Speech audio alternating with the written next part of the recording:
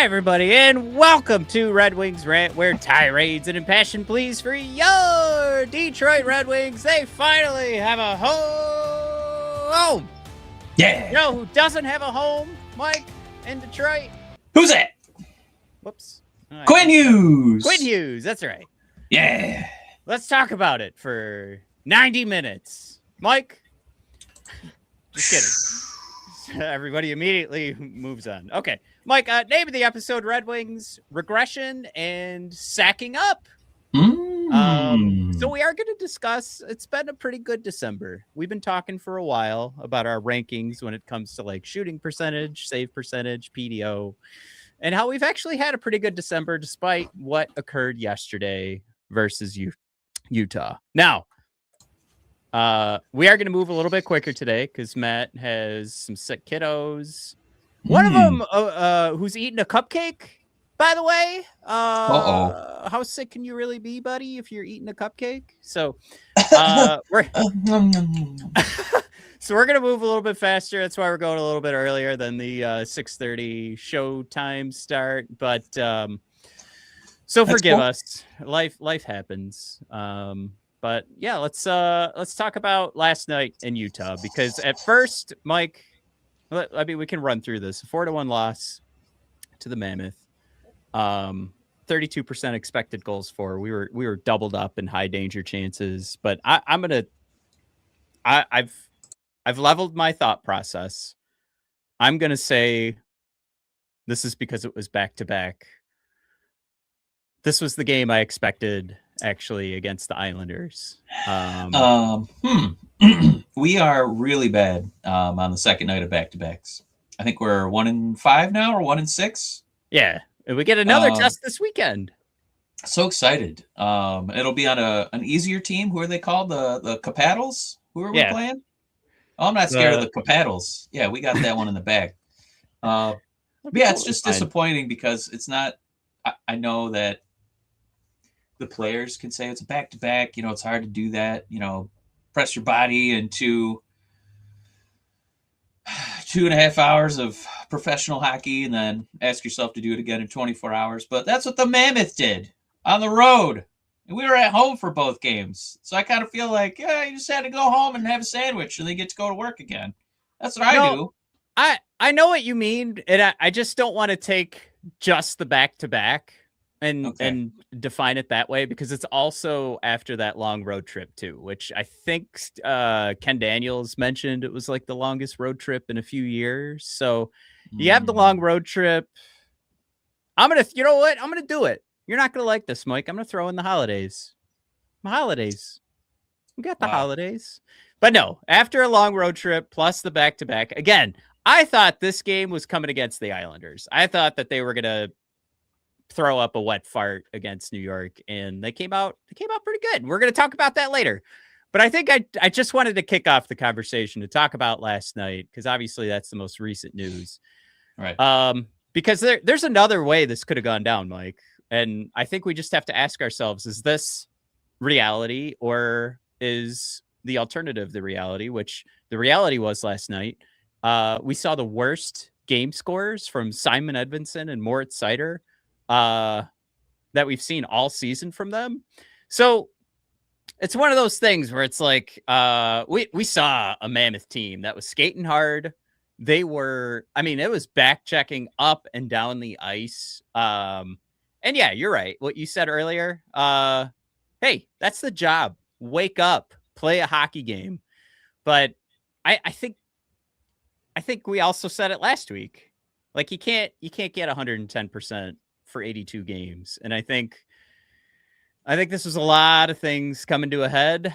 You just kind of hope that as you roll into this weekend with the back-to-back against the Capitals, like, this doesn't extend too far and you can kind of nip it in the bud, kind of get through this Christmas break and get a little rest, and then jump back into it on I think the 27th. But again, you know, we had a little 6-1-2 run in 9 games, which is really, really, really good. That's a lot of points for you to put up in the standings. Yeah, it's just every time with this really clustered like conference standings, and the Red Wings find themselves, towards the top of the division, and you could say they're first or second place.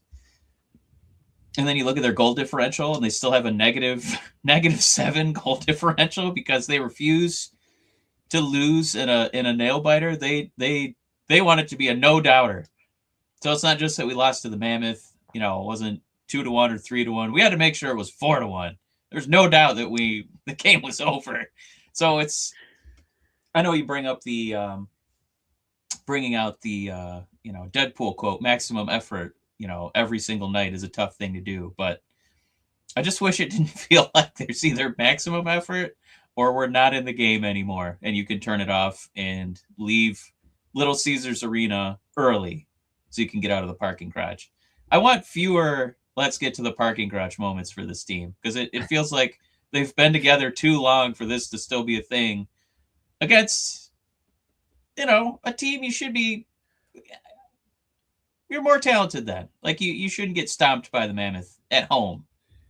It's a disappointing thing that doesn't encourage you to go out and buy more tickets. I will push back a little bit on that. I did that put the Mammoth back in a playoff spot. I thought they were like almost completely, totally 500 with that win. Was that now they're above it. That was their win to get above 500. So now they're at 514 and they are tied for a wild card spot. So, okay. Yeah, I'm going to give Utah a lot of credit there. I'm going to say this is an anomaly. I'm going to say, there is another world, Mike, where we jump into this and we're like, after you miss out on Quinn Hughes, Simon Edvinsson turns in his worst game of the season. Like, I'm going to right now. The coincidence was not lost on us, I want to say. Yeah. Yeah, we were texting back and forth, or at least I was bothering Mike and our father, and just every time. And you're also bothering Jared, who said both teams are on a back-to-back. Should have been a lot more even. I agree, especially since you got some home cooking. You got some Coney dogs before the big game yesterday. Like I said, it wasn't just the back-to-back. I said it was the adding up the road trip plus the back-to-back. Like that's where this came from to me. So there. Well, it's, it just sucks because we're a night removed from McClellan saying, we had that tough comeback against the Islanders, a team that was, giving us bare butt spankings so far this season. What were the games, like 4-1 and 5-2, something like that? Yeah. You're getting thoroughly outclassed. And for us to, come back being down on Tuesday night was encouraging, right? You had a nice road trip. You beat the Islanders finally. And, McClellan had those quotes. It said something like, maybe things are finally clicking in people's brains, like how to, sustain success. Maybe this is finally clicking. And then for them to, basically read it's like the whole locker room read the Athletic article and then dropped a big clunker at home. Yeah, we had some quotes from McClellan from last night. He said the difference was obvious. It was our play around the net. We're in position, do the work, do the job, get it done. You can't give it back. It was net front execution to McClellan. There was something too. I forget what kind of story the metaphor he was trying to put together, but he was just talking about like being in the right place at the right time, but also when he mentions like do the work, do the job, he's talking about like, yeah, you can be in the right place, but if you're just on like autopilot or, not in the game, putting it in manual, then you're going to have 4-1 loss. And that, that description was so perfect because you would just see guys, especially as it kind of like got out of hand there. And there were those quick goals from the Mammoth near the end of the game, but you just kind of saw guys standing around. There was like the Simon Edvinsson snafu, where he's in a position where he could use his stick to like actually make a play, but he just kind of stood around and let the play go around him. So, I think. Well, the other thing too is I think McClellan. It's funny that it takes us playing against the Mammoth to kind of have this analogy come to shape, but he sees the elephant. You know what I mean? So when he sees the Red Wings kind of make these, brain dead mistakes that lead to goals like this, you don't want it to be a prophetic statement when he says you can't give it back. So we got a lot of tough games coming up. Games that it's going to be tough for us to, have another stretch where you go, 12, 13, 14 out of 16, 18 points, something like that. That's a really good stretch. And knowing that they have really tough games coming up, you don't want to give them away on home games against a very middling Mammoth team, especially without one of their best players. So it's, you guys got to really focus. We don't have the skill for us to throw these kind of games away where you could be earning more points. And don't let a 2-1, don't get frustrated or empty headed, let it turn to 3-4-1. And then there's not enough time for you to, possibly come back. So, McClellan sees the elephant. I just hope that, like he thought was going on Tuesday night, maybe his words are finally almost coming true, minus Wednesday. So Bakes coming in the chat wants to know, when does Kosa get the call? And of course, for anybody not familiar, which I don't know how you could escape this, I actually watched the game last night with somebody who's not a huge Red Wings fan, but the first thing they wanted to talk about was the Griffins. But Kosa's racking up those numbers with like 950 save percentage. He's just destroying the NHL, which I would just remind everybody too, as we get into this, and I'll give my take on him joining the Red Wings roster. This is kind of what we saw for Kosa, where it was like, all right, let's bring him to the ECHL. He's absolutely dominated in the CHL. The Edmonton Oil Kings, 2 straight seasons. He was like once every other week, he was like player of the week. Then he did the same thing in the ECHL, struggled out the gate, and then got his feet underneath him. And now he's doing the same thing with the AHL. It's just like figures it out and then dominates. That being said, that would say it's time to call him up. I think there is an element here where they probably want to see something that McClellan probably wants to get past this moment, maybe closer to what Mike was saying on the quote from the Islanders game, where it's like, hey, maybe guys are starting to figure this out. He probably wants to get to that point where he's not having quotes like this anymore. So Bakes, I think your question is great. And I would say, when does Kosa get the call? When we stop making slides like this, where McClellan's a little bit more confident with how the rest of the team is going to play around Kosa. Because I think right now, if you talked to McClellan and you're like, hey man, what are we doing about these crappy goalies? He's going to turn around and blame it on the team structure, their consistency, their ability to prevent, again, last night with 12-5 and high danger shots. It's like, yeah that's not going to look good on anybody's box score. So I think that's the type of thing they're going to wait for before Kosa gets the call up, because I've not been happy with John Gibson so far this season. But I think it's fair to say it's not only a John Gibson problem. It's not only a Cam Talbot problem. And I don't know if this is the right moment to put Kosa to the fire. But hopefully sooner rather than later, right? Well, it does. It's so funny. They really do just walk on eggshells around him. They don't dare want to call him up. They've given opportunities, to Finney, to Sandin Pellikka, just to name a couple. And all right, you're on the first line. All right, you're running the power play. Go get him, Tiger. But for some reason, they don't have that same confidence in putting Kosa out there. And I don't know if it's they think that his confidence will, just get shredded playing in front, behind our defense. I don't know if that's what's going on. But to make 2 egg analogies in roughly 90 seconds, Jared, if you want to keep track of that for me, it kind of feels like chicken or the egg. Is he going to get confidence? Just, all right, this Red Wing team is just playing incredible right now. We're playing so good. Gibson and Talbot are, facing 5 shots a game, and that's all they got to stop.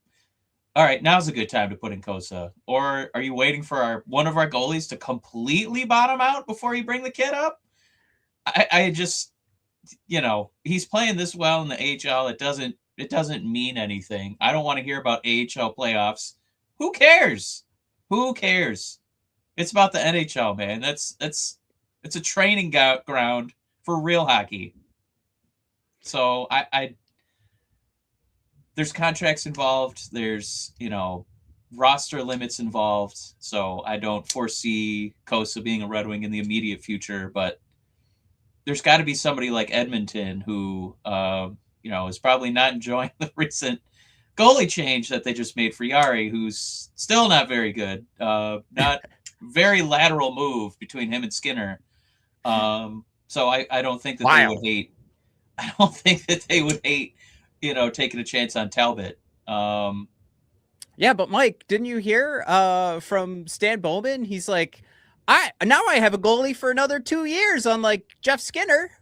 Even though he's going to be paying Yari, 3 times the amount he would have been paying Jeff Skinner. Anyway, Brand New says 2 matinee games coming up. Which end of the ice would you sit on? Watch the Dallas game next week? 116 side. 116? Yes, I think that's the shoot twice side. Yeah, that's what I was going to say. I'm going to steal Brian's answer. So it's sit at the end where the Wings shoot twice. I think shoot twice is 16s, like 116, 216. I was at the game yesterday, and I was on the opposite end, and it's just not as fun. You got to say that. That's you do get more action though when you're playing teams like the Mammoth. You get all the puck action on your side. All right, so back to. Oh, I do want to throw in too, when you do the 16s, 116, 216. I like doing the corners because it's a little bit, a little more centered, but not quite, that extra $100 to be over one section. So I would try to shoot for the corners. That's kind of my spot. Why does this look wrong? West Coast. Oh, the West Coast. That's why. It's like, wait, this doesn't add up. We already talked about this. I think it's just one of those things. I didn't want this episode to be too negative. It would have been great to get a win against. No, we don't have to be negative for this because we've seen, past couple seasons where, it was kind of chalked up to like Larkin getting hurt. I can't remember if this was when Big Rass got hurt, but we had those awful Decembers that cratered the whole season. And you would, look at the win-loss at the end of the year, and it's like, if we just kind of won half our games in December, we'd be a playoff team. So, for us to finally have a December that's not a complete nightmare, maybe this is what's going to get us across into the promised land where we get extra hockey. Well, yeah, this win against the Islanders with the 62% expected goals for, we kind of flipped the script on the Utah game with 12-5 high danger chances. And Brian throws out there for the Utah game, which Brian, I see you. He's putting in the chat too, like, read these. I'm typing this up. Read it. Okay. Where was it? We need to not play down to the competition. Period. I would go as far, like, they definitely played under. I don't know, like, beneath Utah, if I may. Like that was worse than playing down, but that's exactly what we were saying in there, Brian, was just like, where did that come from? And I'm still chalking it up as an anomaly. I don't think I don't want to get too worked up because we've seen so much good. I think there is some conversation to still be had about some of these wins, like Vancouver, Calgary, Connor Bedardless, Chicago Blackhawks team, Noble Horvat, and this Islanders win. Like we just had a pretty good streak, but we also played a lot of games that you should have walked out of with a win. So I guess what I'm trying to say is, like, for this team, that's a step. Yeah. I can't tell you how many times in the past couple of years we've looked at the schedule and been like, all right, we could kind of pad the point total a little bit with this, slate of games. And then we win one, lose one hard. And then, we scrambled and got one overtime point. So you should be beating the crap out of, bottom feeders. So this No, we're not an elite team yet. Obviously, we're not Colorado. But this is still progress. This is still trackable progress. That we played jabronis and we treated them like jabronis and pummeled them. Yeah, and Brian throws out there too, because this is where you were going as well. But that consistency is needed for sure. I still, yeah, I think the hope is that it's like what 85% of the time you're getting who we hope is this Red Wings team. The 62% expected goals for, 12-5 and high danger chances. To brink it, ripping a couple of them into the back of the net, right? Raymond getting 3 assists. Like that's what you're hoping you're getting 85% of the time. I don't know if I can rightly say who is the team we're going to get more consistently. Like who are the Red Wings for real? Well, that kind of goes along with how the goaltending is moving as well. So got some shutouts with Johnny G, may I? John Gibson. We're stabilizing the play, raising the floor, taken away yesterday. This Utah game really ruined my slides. But this is something too where it's just like, all right, if this is going well, all right. Maybe there's some more room to like try some different things out. Another thing we can't forget either is like power play 1 last night looked terrible. But you're down to Patrick Kane. So I don't want to say it's expected because you did pretty well the night before, but yeah, the other thing too is what did Lucas contribute? Absolutely nothing on the stat sheet. He had like no shots, no blocks, no tips. So Raymond kind of had a weird game yesterday too. So I mean, I don't know if he's playing hurt, but it's just a little concerning watching his contribution yesterday. And yeah, there was somebody that actually like commented on our, I think it was our TikTok or our YouTube in the past week that it was a little clip from our Larkin discussion a week ago where we were making the comment, no player does play 110% every game.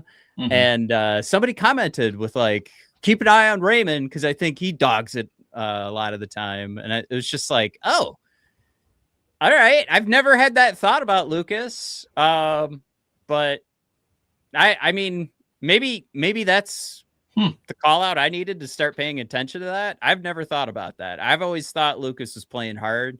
I do think there's an element of his size will play against him, and kind of felt like we were oversized, outmatched, and tired yesterday. There were a couple of times I saw some checks, even from Dylan Larkin, and nothing happened. I mean, it was full on check, and you didn't see the Mammoth player move at all. It was just like, no, what the hell was that? Like just brushing them off. But that being said, we're still on the up and up for the whole month of December, right?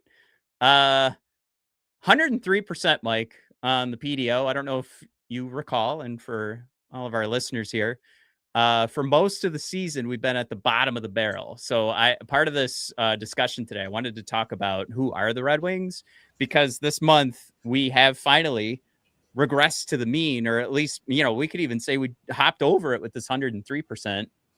Top 6 shooting percentage and save percentage. We started to get back all the things we'd been missing out on in October, November, when it comes to, hey, we're getting chances on that, but nobody's executing. And one of the guys we circled was DeBrincat. And then saves, not happening. What did we just talk about? Gibson's kind of pulling it together. He's just not complete dog doo-doo. Well, that, real quick, that just ties into Performance Art, who would first like to announce I'm here. And second says, why can't Talbot play good when our other goalie's playing good? I don't know. Goaltending, it's like, I don't know, relief pitchers in baseball. It feels like you can never get all of them firing on all cylinders. So sometimes one's hot, sometimes one's ice cold, and it looks like right now they're kind of flip-flop. So I don't know if Talbot is going to stay cold enough that, this gets us a Costa sighting, but I don't know, something to keep an eye on at least. You might be right. We might be waiting for an injury too, and then he'll get that chance. And or maybe a fake injury. like a soft tissue, like soft those. tissue injury. Yeah. Oh, my quads are killing me. Yeah, I've had this thing I've wanted surgery on for a little while. Performance art throws out there. Raymond plays soft at times, but also hard most of the time. Oh, yeah, we like ourselves a little hard, Raymond. I think you gotta be hard when you're playing hockey. You know, just gotta skate around as hard as you can. I've looked at him and DeBrincat, and you've gotten hard. Yes. Okay. When they're doing their board battles, because they're pretty scrappy. Like they. And maybe performance art is right with sort of like there's times where he's going to play soft, but most of the time it's hard. Yeah. But those are the things I remember. Those are the things I associate with Lucas Raymond's defensive play, DeBrincat's defensive plays. That sure they size will affect who will win those board battles, but they don't. I haven't seen them 100% shy away from it, so I'll call that out. But I mean this as a compliment. Yeah, I feel like DeBrincat is Scrappy Dog from Scooby-Doo. Yeah, I like it. Because he's a little fella. He's only like 5'5.5". He's like little Angus Young out there, but he's still out there banging away on dudes. There's got to be. He's got that shot. Because I'm trying to think. Because he's not like his attitude isn't quite like Scrappy Dog. Because he's always like smiling out there, like he's a happy dude. Scrappy always seemed to be looking for a fight. You know what I mean? A little Scrappy do. Use a little piece of. He never seems to turn away from the opportunity to crash into people. That's okay. Well, yeah, that adds up. I wanted a Scrappy Doo conversation, and you made it real about DeBrincat. Brian throws out there, Raymond and DeBrincat can't carry this team. Performance art, they don't have to. Larkin and Kane are going. Rookies are doing well. Performance art throws out there. He likes when Raymond's stealing his pucks. But I like what performance art is saying. I think we've seen a little bit of a dip in Larkin's consistency, and I feel like it turned back up on like we're talking about the regression back to the mean on the analytics here. But I think they're both right. I think there's truth on either side. Like Raymond and DeBrincat can't carry this team, and for sure performance art is right. Like Larkin and Kane are doing the job as well. But I feel like there needs to be like one more guy. Like a future Hall of Fame defenseman. Yeah, Mike. What's man? Sometimes you just got to tee up those slides, Whiskey and Wings coming in hot. What is it? Yzerman's responsibility to do anything to push this rebuild along. Whiskey, have we got the slide for you, brother? Like, are we ready to win? Or do we continue on doing the exact same thing and draft 13th again? Yeah. Whiskey, open those eyeballs. Get those peepers ready. It's Quinn Hughes time. Let's go. All right. So there was, I did put in there, Minnesota sacked up. And then I think there was a misalignment of where that line was directed by the local Detroit radio, where they obviously are going to think everything's about us. I don't think this was about us. I think this was about New Jersey, because he does have that relationship with New Jersey's GM. When I say he, I mean Quinn Hughes. And to remind everybody, the quote was, I appreciate that Minnesota sacked up. Bill Guerin sacked up. That was the comment. I don't think that's verbatim, but he's like, he sacked up. He gave up a ton to make sure I was on his team. When I heard that, I figured it was attached to New Jersey, has that relationship with the GM. He would probably be. Yeah, but Hughes has some familiarity with Larky, and he hangs out in Michigan. And I don't think that the Devils need to trade for Quinn, because their offer can be, hey, we got your brother. You'll never see him again unless you sign over here.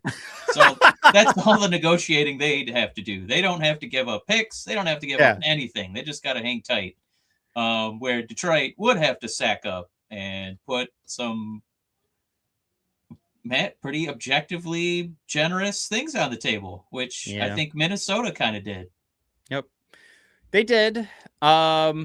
And it's funny is like the Zeev Booyams of the world, the Marco Rossi's, like did not spell doom and gloom for Minnesota, but I think there was sort of this assignment, or yeah, I'll say an assignment of if Edmondson was moved, um, that's it. We're screwed, and it's like I don't. I think you're making an upgrade, and I think you're putting yourself in position to actually like where there was the conversation of like, oh, what are you doing? You need more defensemen. You got to stretch this thing out. I think a lot of people jump to the conclusion that you have Moritz Seider and Quinn Hughes paired together, where in reality, I think what you just did is you have two different Norris candidates that can carry their own pairing, and you see how that works. And honestly, that extends everything you've got going on the defensive side. Well, to have one pairing have Seider, one pairing of Quinn Hughes. And I'm going too deep into the what ifs. This isn't really what I meant to do. But ultimately, you were trading for the second best defenseman and a defenseman that brings way more offense than over Edmondson's career. We will see. I have no problem saying that right now. Potential Hall of Famer in Quinn Hughes. Let me just throw this at you because you said Detroit at the table, and we saw what Minnesota gave up. So for us, first round pick, Simon Edvinsson, Kasper, or Danielson, and then what would you say is the third player for us?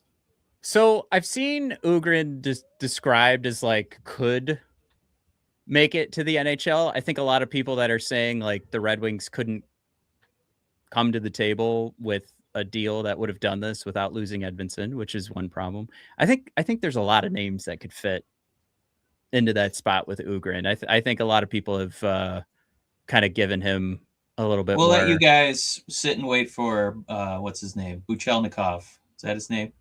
Still toiling away in Russia or something like that. But it sounds like the hanging Amadeus Lombardi. Hang up on the deal was I can do Lombardi. The hang up on the deal was not moving Simon the Pieman. Do you feel like that's too much for Detroit to give up? I don't.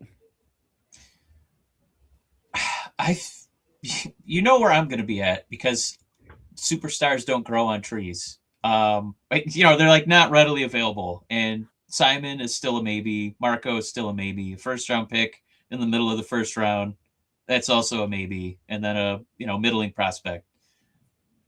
I don't think you're not losing that trade when you walk away with one of the best players in the world. So you suddenly have a brand new. You get to give Mo Seider a break. He doesn't have to run power plays ever again because you have Sandin Pellikka on number 2 and Quinn on number 1. It's a completely different top 5. We talked about emotionally what this probably would have done for the whole locker room to be like, wow, we're really going for it. We're a serious team. And I don't like it would have been an A+, right? And you're trading guys that I don't know if you're going to be getting A+ out of those guys. Is Kasper going to have a long career? Probably. Edmondson with his size and shape and skating ability, is he going to have a long career? Yeah. All right. Is the gamble just you were worried that one of those two or the pick would become an A+ since they're giving away an A++ stuff? It's such a maybe equation where one side is basically guaranteed. Yeah, I mean, there's not much more to add to that, but I mean, you're talking about a guy who was like an all-star from the get-go, like rookie season, like let's effing go. I can hear the kids right outside the door, so I'm being choice in my words here. And I don't mean to like just compare. Oh no, I lost Mike. I don't mean to just compare like first years, second years, and say obviously Quinn Hughes is going to be way better than Simon Edvinsson. But if you're gonna get like that elite turnout, you start to see something earlier. But I honestly like I think this is one of those moments where like we presented it as a turning point for Mike. Can you still hear me? Are you? Oh, there he is. There he is. This is going to be a turning point when it comes to picking up Quinn Hughes. I think this is ultimately could be that point where we kind of look at Steve and we're like, we're waiting for that thing to like say, is this working? Is it not working? And I don't know.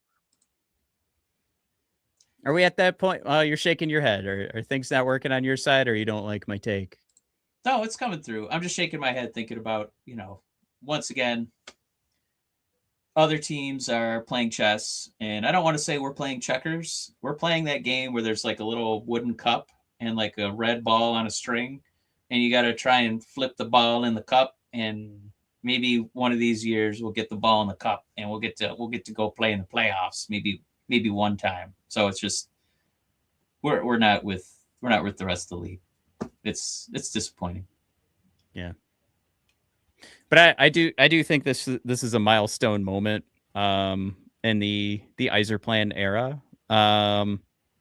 Because this was that first time where elite talent was available and we were directly tied to it and we didn't execute. And I don't know. It's not just elite talent, like this is a guy who's going to lead Team USA kind of stuff. I don't know. This isn't just that same conversation of like, oh right. Yeah, there's a free agent who would like. I mean, you'd be getting like a hockey ambassador. You know what I mean? For like a season and a half. The only other thing I could think of is Vancouver's not done selling, so there could still be other guys that maybe we can pillage from them. I know it's just nothing compares. Nothing. We got a few comments coming in too. Yeah, Jared's not happy that he's slow news day for spending this much time on Hughes. Yeah, no kidding, Jared. It's the whole NHL season that we do this. Brian worried I'm on a Pop-Tart break. I wish, buddy. Actually, I started doing protein Pop-Tarts. Woo-hoo-hoo! That legendary brand, free plug. Good stuff. Yeah. And then Whiskey saying, got fans exciting in their pants. We're going to censor that one. Because Cider might get a few fifth place Norris votes, but can't trade for an actual Norris Trophy winner to play with. Whiskey, you're preaching to the choir, brother. I love Cider. You love Cider. We have a guy on our show, Dixon, Cider. It's just, he's great. Is he going to win a Norris like Quinn? Maybe. Is Quinn going to win a Norris? Yes. Will Cider? I don't know. He'll get votes. And then Performance Arts saying guys without the no trade for Hughes is good, and he's not giving any extensions, sort of set us back. We're just Performance Art. I just got to push back because it's like we got to get in the Ferrari business. We can't stay in the Chevy Cruze business. You gotta start getting to the point where even if you don't, like, you talk to him, he plays here for most of a season, and he's like, you know what, I appreciate it so much. This is my life. I want to go play with my brother in New Jersey.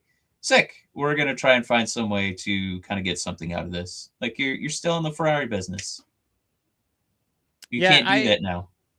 Yeah, I see it as that opportunity too to show what you can do. Take this team into the playoffs, build that rapport with Quinn Hughes. If you really can't get this team into the playoffs, like without one guy, you're like, nope. If we bring in Quinn Hughes, but we lose Simon Edmondson, this team is hot garbage. I don't know what you've been able to do over 7 seasons then, but let's not go too deep into that. Listen, dude, look at the pitch. I know there's concern about you only get it for a year and a half. This fan base is dying to be relevant. They're dying. They're dying to be relevant. I mean, they're dying too. And like have Quinn on the team, the entire arena would be filled with Quinn Hughes jerseys.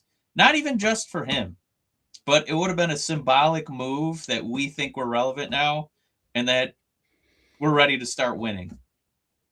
This city would have loved that, man. They would have had parades up and down Woodward for Quinn Hughes. Then it's just because of the symbolism behind it. Can you imagine how much lighter Larkin would be in his feet, not, knowing that, my God, all these trade deadlines where we're not actively a part of it and we're being quietly told you guys aren't good enough for me to do anything. Those days are over. All of that was right in our grasp, and it's snuffed out again.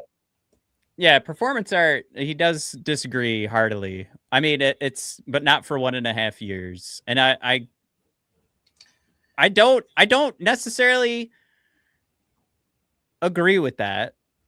But I mean, I know where you're coming from, but you're getting dangerously close to having to work through Mort Seider demanding, right? Like, aren't we getting close to that point of like Mort Seider being like, "Get me out of here"?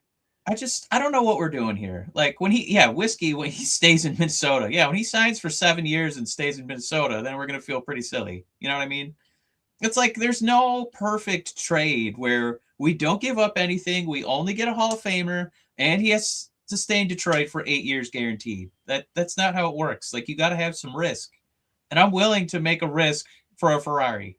Yeah. The second best car in the entire NHL defense. Another thing too is that lost audio. Saying there's no audio. I can hear you. I don't know. I can hear you too. That's not good. I don't know. Maybe it's just on performance art side. He says, okay, it's fixed. All right, where were we? Oh, right. So one of the things too that I think now the season's not over. Nope. Stuff could still happen, but I think what we're making the argument hasn't passed either. Yeah, we're making the argument here is that there's more than just the core, right? Of guys that Steve has drafted. There's also a whole Dylan Larkin, and this pretty much being statistically either this year and next beginning the drop off for him. And Mike, the next step after that is now you're back in the game looking for a first line center in 2 seasons.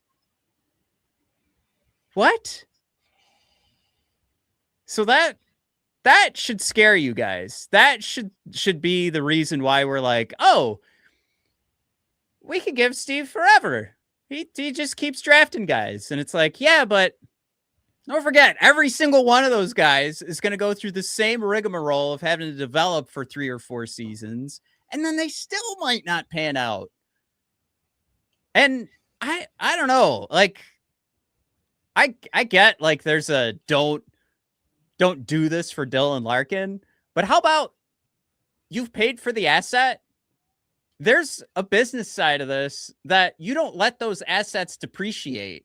You use them when they can give out the best turnout. You don't just say like, that's not the most important thing. No, you paid for the asset. This is a business. You got to make other things come into play so that asset can get its best value. And again, the value that returns to us of seeing some playoff games, potentially a Stanley Cup winner, and messing around and just saying like our prospect, like I've heard other podcasts call it prospect brain.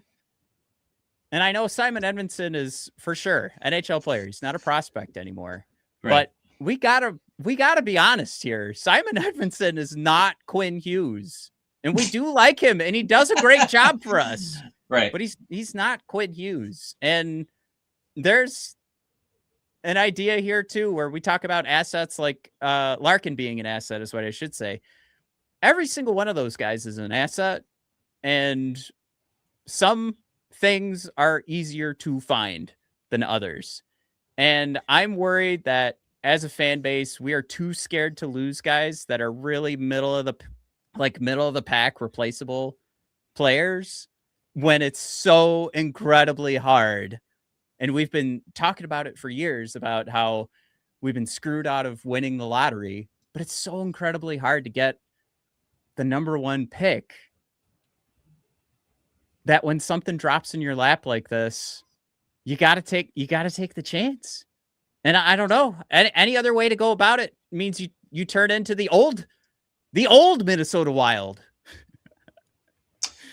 Performance art did continue.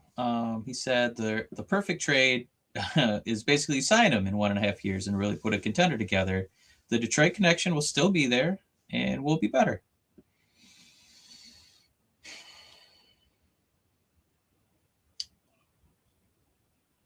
That would be ideal. We just haven't really demonstrated that we are a free agent destination. Because I feel like while we would have a bucket of money to offer, I think, these guys also want to be like, are you guys winning any hockey games? So, I just wish that there was a way we could have, kind of streamlined this acquisition and done something. It's like, you know what? You don't have the choice to go shopping. We traded for your contract. Now you're on our team. But obviously that's no longer the case. So I do see where you're coming from. You are right. It's not like the Detroit connection's going away. It's just we haven't really demonstrated that, this is where free agents want to be. So it's an uphill climb for us. This was a way for us to kind of, circumvent that that obstacle. And whiskey thrown out there. There is no cup window. Like you said, by the time this 100% Steve drafted team is of age to compete, Larkin and Cat will be in wheelchairs. That one made me laugh. I don't know. Yeah, obviously they won't be in wheelchairs, but there is some scary truth to like looking at sort of the production that Larkin and DeBrincat have been putting up, and it's like, oh, this is exactly what we used to have, on a weekly basis from like Prashant Iyer, and he would come out with like where's the statistical drop off, and we were making the argument like, yeah, you trade away Anthony Mantha because by the time that so and so is ready to go, drop off in production, and it won't make sense to have this guy anymore. Technically, DeBrincat 3 years away, Larkin 2 years away. Like we're in it right now, like the peak years for those guys. So we can just eat it up and just be like, cool. All right. And like Performance Art says, this is the most positive we've been in years. And I think, you mean like the most successful we've been in years. And you guys keep playing the Harper. I think if we just get too comfortable, we're just going to be in this problem where those guys will age out. We'll bring in the next couple of guys who are probably drafted, like instead of it being in the top 10, they're going to be in the middle of the pack, somewhere between 10 and 20. Are those guys going to be your elite superstars? I gotta think like there was something here that could have pushed us up a little bit, and instead I'm getting worried that our fear for so long might still come to fruition, because you're right, Performance Art. Right now, we're leading the Atlantic Division. Also, in a year that the last place team could go on a 3-game winning streak and be leading the division. So that is great. And I think we are a playoff team, but I also think that's because a lot of teams have kind of brought themselves back to the squishy middle. I think a lot of the talent. It's important. I think it's just important we say it's not like we're not Colorado. We had a string of games against some less talented teams, and we won games we should have. This division lead is hanging by a thread, and I just wish we could have made a move that would have strengthened that rope a little bit instead of still hanging by a thread a few points from last place. Like, a two-game losing streak from tumbling down the standings. Like, there's no give. Like, there's no leeway on this. Like, it's nothing. It's so thin. The margins are so thin. And to think about this league having so much parity, that we're at this point where all these teams are basically, a point or two away from each other. How do you really like leapfrog other teams? And Quinn Hughes is an objectively better player than Edmondson and Casper and Prospect, and probably first rounder will be. So if you wanted to, feel like, man, or at least we got this figured out. We have the top defensive pairing in the entire NHL. Awesome. Every time we put them out there, they're putting us in position to score goals. They're really good at defense. There's really nothing to complain about. We have an incredible top pairing that, Lidstrom and whoever you wanted to put him next to would blush at it. That's how good it would have been. So it would have been something in a jumbled conference with a lot of parity. This would have put you over the top. I'm gonna do I just get used to doing this. Get used to doing this where it's like you got to hang on every single game, every single point, and you got to scratch and claw. Like it just would have been a little bit of an easier path, I think, and that's not an option right now. Yeah, and another thing too, like I know there's a lot of fun things to talk about right now, but I will say that's how we handled the first half of the episode. We were like, yay, we're doing better. We regress towards the mean. And then what? Then we just like, all right, well, the next game, we'll see if that continues. You know what I mean? So we need to talk about this other stuff where it's like, how do we make this team better? But we're going to do my least favorite thing here. But while we do my least favorite thing, I want to ask everybody to put in the chat, would the Red Wings have the best player in the Eastern Conference had they traded for Quinn Hughes? Is there anybody who you would say is better than Quinn Hughes in the Eastern Conference had we had him? So just that potential. Because Minnesota, I mean, they've got Kaprizov and Hughes, but they're trying to compete against Edmonton and Colorado and Vegas. But if we brought Quinn Hughes over to the Eastern Conference, who would have been number one on that list over Quinn Hughes on the Eastern Conference? Spinoramas, Michigan goals, and those heart attack Cam Talbot sprawls across the crease. If you're living and dying with every Red Wings highlight like we are, DraftKings Sportsbook has you covered. They're an official sports betting partner of the NHL, and they're making the action even sweeter. Right now, new customers can bet just $5, and if your bet wins, you'll score $200 in bonus bets instantly. Yes, the same feeling as watching Lucas Raymond pick a corner, but for your wallet. So do what we do every game night. Download the DraftKings Sportsbook app and use code THPN. That's code THPN to turn $5 into $200 in bonus bets if your bet wins. DraftKings, the crown is yours. Gambling problem? Call 1-800-GAMBLER. In New York, call 877-8-HOPE-NY or text HOPE-NY 467-369. In Connecticut, help is available for problem gambling. Call 888-7897-777 or visit ccpg.org. Please play responsibly. On behalf of Boot Hill Casino and Resort, Kansas. Pass-through of per wager. Tax may apply. In Illinois, 21 plus age and eligibility varies by jurisdiction. Void in Ontario. Restrictions apply. Bet must win to receive bonus bets which expire in 7 days. Minimum odds required. For additional terms and responsible gaming resources, see dkng.co/audio. Limited time offer. Copyright NHL 2025. All rights reserved. All right. Thanks, guys. I didn't get any answers in the comments for who would be the number one player over Quinn Hughes in the Eastern Conference.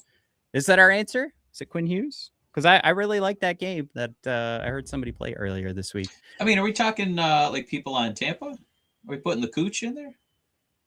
If you want, would you rather have Kucherov? I'd rather have Quinn right Hughes now or or Cooch Quinn right Hughes? now.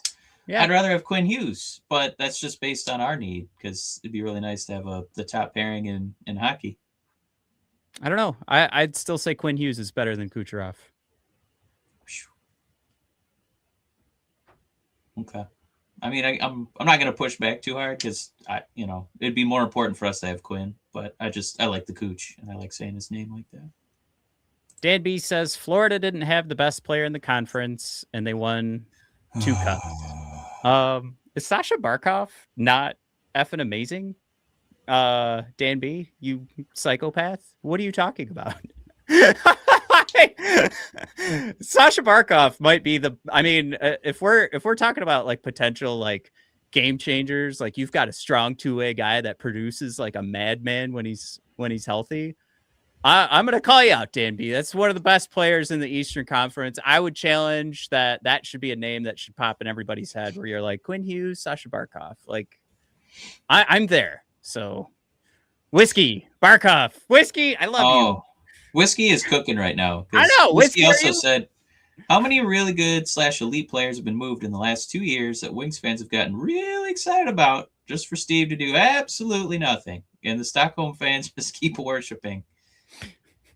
Yeah, I think that I really like the question that you posed, because it's interesting to hear it from our boys.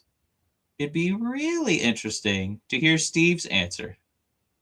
Steve, if you don't want to trade a first, Simon and Casper and Jabroni for the second best defenseman in the league, what are you willing to trade for? We'll wait. Well, as you know, hockey is a lot about, cap management, and we try to be really pragmatic with our players. We got our players and our coaches and our prospect, and it's, we don't want to, we know he might leave in a year and a half because we suck. So that's like Steve admitting, we know he's going to leave in a year and a half because we suck. No, Steve, if you make it good, he won't want to leave. If you're winning hockey games and he's hanging out in Michigan, hell of a state, you get to hang out with Larkin, Dylan Larkin, all the time. It's a great place to be. But I don't know. Steve did not have confidence in re-signing Quinn Hughes. Oh, no. Yeah. We're so average. God damn it. Well, let's go back to what Jared was saying. Let's be positive. We're right at the top of the all division. Look, yeah, we are at the top. Yeah. Structure's holding, how I put it. We regressed back to the mean. So what we were talking about at the beginning of the episode was like, hey, we've been owning the puck the entire season, and finally the shot percentage, save percentage was going our way. We saw what was going to happen with that. I think last night again was an anomaly. I think if I look at what's happened so far in December, I'm pretty happy. There's just I think there's an opportunity right now, especially looking at the standings, looking at what's going on in the Eastern Conference. A team could grab this conference and run away with it. Oh my god! I think brand new said Steve's going to trade for Stamkos or O'Reilly. Oh, no, God. Brand new, bad brand new. Damn it, brand new. Get the water bottle on that whole idea. Hate it. Whiskey Truba. Oh God. Please no. Brian says, get them geriatrics. Well, if we're getting Stamkos just for our cap room, okay. But I'm not giving up Edvinsson, Casper, first round pick. Absolutely not. No. Right. We'll wrap up. But the last thing is like, I'm not giving up Edvinsson for anything. I will give him up for the top number 2 defenseman in the league, but not for Stamkos and O'Reilly and Truba. Jesus. Generational player. I don't know, guys. We love Simon Edvinsson, and we would have had a defenseman on our team where we would have been like, who's better, Quinn Hughes or Simon Edvinsson? Instead of it just being like, we got Simon. Like, I don't know. I'm done. We're done. This will be the last time we bring it up. Jared said Brent Burns incoming. Oh, damn it, Jared.